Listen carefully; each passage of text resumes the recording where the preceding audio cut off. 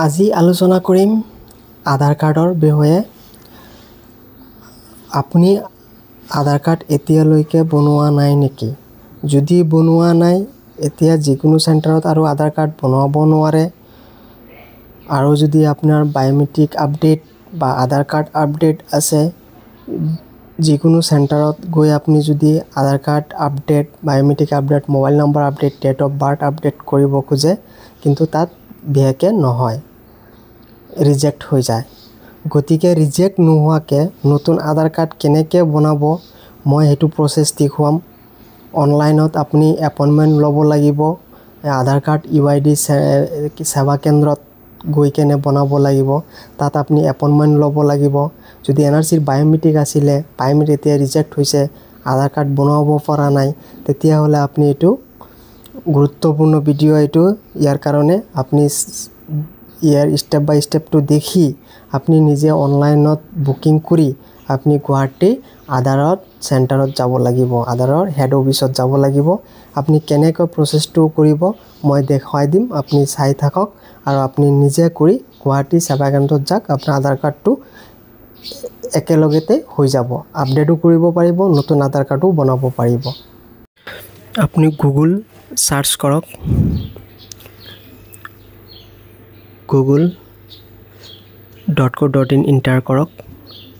ইয়াত টাইপ কৰক আধাৰ কাৰ্ড। তাৰপিছত আপুনি UID মাই আধাৰ ক্লিক কৰক। তাৰপিছত ইয়াত যিকোনো অপশ্যন এটা ক্লিক কৰক। তাৰপিছত ডেছবৰ্ডত ক্লিক কৰক। তললৈ আহক, ইয়াত আছে বুক এন এপইণ্টমেণ্ট, ইয়াত ক্লিক কৰিব লাগিব। বুক এন এপইণ্টমেণ্ট ক্লিক কৰক, কাৰণ ইয়াত আপুনি এপইণ্টমেণ্ট লৈহে আপুনি গুৱাহাটী যাব পাৰিব। গতিকে ইয়াত ক্লিক কৰক। তাৰপিছত ইয়াত আছে বুক এন এপইণ্টমেণ্ট, তাৰমানে কি কি কাম আপুনি কৰিব পাৰিব। Fresh Aadhaar enrolment, name update, address update, mobile number update, mail address update, date of birth update, gender update আৰু biometric photo, fingerprint and iris scanner update. এই দুটা আপডেট কৰিব পাৰিব। তাৰপিছত হৈছে book an appointment at UID run Aadhaar Seva Kendra. তাৰমানে আপুনি যদি নতুন বা এই 6টাৰ ভিতৰত যিকোনো এটা আপডেট কৰিব খোজে, তেনেহ'লে আপোনাৰ এই UIDৰ সেৱা কেন্দ্ৰত আপুনি এপইণ্টমেণ্ট ল'ব লাগিব। আপুনি তাত গৈহে সেইটো কৰিব পাৰে। যেনিবা NRCৰ আপোনাৰ বায়োমেট্ৰিক আছিলে, কিন্তু আধাৰ কাৰ্ডটো বনোৱা হোৱা নাই, কিন্তু এতিয়া বায়োমেট্ৰিকটো ৰিজেক্ট হৈছে, তেতিয়া আপুনি ইয়াত স্লট বুক কৰিব লাগিব। কিন্তু ইয়াত চিটি বা ছিলেক্ট কৰিব লাগিব, কাৰণ ইয়াত অল ইণ্ডিয়া চিটি ছিলেক্ট কৰা আছে। কিন্তু তাৰ ভিতৰত আপুনি নিয়াৰেষ্ট যিটো আপোনাৰ চিটি হয়, সেৱা কেন্দ্ৰ হয় UIDৰ, ধৰি লওক গুৱাহাটী সেৱা কেন্দ্ৰ, আমাৰ এইটো ওচৰে পাঁজৰে চিটি গুৱাহাটী সুৰেখা স্কুৱেৰী, এইটো হ'ল আপোনাৰ সেৱা কেন্দ্ৰৰ নাম। ইয়াত বুক টু প্ৰচেছ ক্লিক কৰক। তাৰপিছত ইয়াত বিশেষকৈ আপুনি 4টা অপশ্যনত আছে, 4টা অপশ্যনত এটা ছিলেক্ট কৰক। ধৰক নিউ আধাৰ আছে, আধাৰ আপডেট আছে। আধাৰ আপডেট ভিতৰত 4টা অপশ্যন থাকি যায়, date of birth, mobile number, email, এইকেইটা থাকি যায়।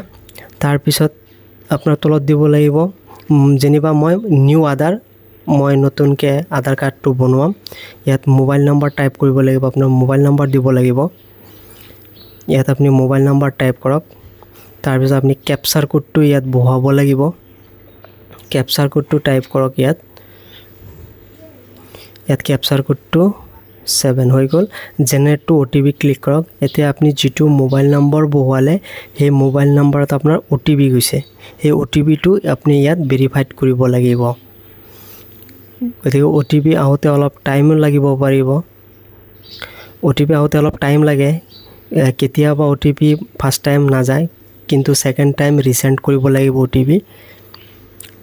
ছেকেণ্ড টাইমত OTPটো আপুনি 100% আপোনাৰ ইয়াত মোবাইল নম্বৰ দিয়া নাম্বাৰটোত OTP গুচি যাব।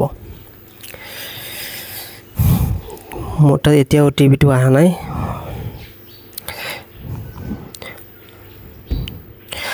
OTPটো আহিছে, মই এতিয়া OTPটো দি দিলোঁ। এতিয়া ভেৰিফাইড OTP, বাছ ইয়াত প্ৰথম ষ্টেপ আপুনি ফিল আপ কৰিব লাগিব। ৰিচেণ্ট ডিচিএলত আপুনি এপ্লিকেশ্যন ভেৰিফিকেশ্যন টাইপ আপনি কোনটো ভেৰিফিকেশ্যনত আপনি দিব লাগিব দেন HOF মই সিলেক্ট কৰি দিম তাৰ পিছত আপোনাৰ ডেট অফ বাৰ্থটো ইয়াত বহাব লাগিব আপোনাৰ ডেট অফ বাৰ্থটো দিলে তাৰ ষ্টেটটো আপনি কোনটো ষ্টেটৰ পৰা তাৰ পিছত আপনি নিয়াৰেষ্ট সিটি আপনি কোন সিটিটো সিলেক্ট কৰি দিয়ক এতে আধাৰ কাৰ্ড সেৱা কেন্দ্ৰ এড্ৰেছ ইয়াত ASK গুৱাহাটী সুৰেখা স্কোয়াৰি ইয়াত আপোনাৰ ফুল নেমটো দিব লাগিব আপনি নিউ আধাৰ এনৰোলমেন্টটো কাৰ নামত হ'ব ইয়াত দিব লাগিব ইয়াত আপোনাৰ নামটো দি দিয়ক ইয়াত আপোনাৰ নামটো টাইপ কৰক মই নামটো টাইপ কৰিলো জেন্ডাৰটো সিলেক্ট কৰক তাৰ পিছত date of birth proof birth সাৰ্টিফিকেটটো লৈ যাব লাগিব লগত তাৰ পিছত আহিছে এই ৰিলেশন টাইপ ফাদাৰ দি দিয়ক তাৰ ফাদাৰৰ নাম ইয়াত বহাব লাগিব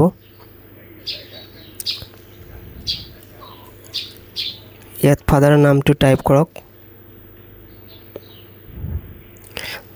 তাৰ পিছত ইয়াত ৰিলেশন ইয়াতো বাৰ্থ সাৰ্টিফিকেটটো ইস্যু অফ অথৰিটি বাৰ্থ সাৰ্টিফিকেটটো সিলেক্ট কৰি দিয়ক তাৰ পিছত আপনি ফ্যামিলি বা আপোনাৰ দেউতাৰ আধাৰ কাৰ্ডটো ইয়াত বহাব লাগিব তাৰ পিছত আপনি পিন কোডটো ইয়াত বহাব লাগিব পিন কোডটো টাইপ কৰক তাৰ পিছত আপনি কেয়াৰ আপোনাৰ দেউতাৰ নামটো টাইপ কৰি দিয়ক তাৰ পিছত আপোনাৰ ব্যালেন্স আপনি কোনটো ব্যালেন্সত বৰ্তমান আছে প্ৰেজেন্ট ব্যালেন্সটো ইয়াত বহাব লাগিব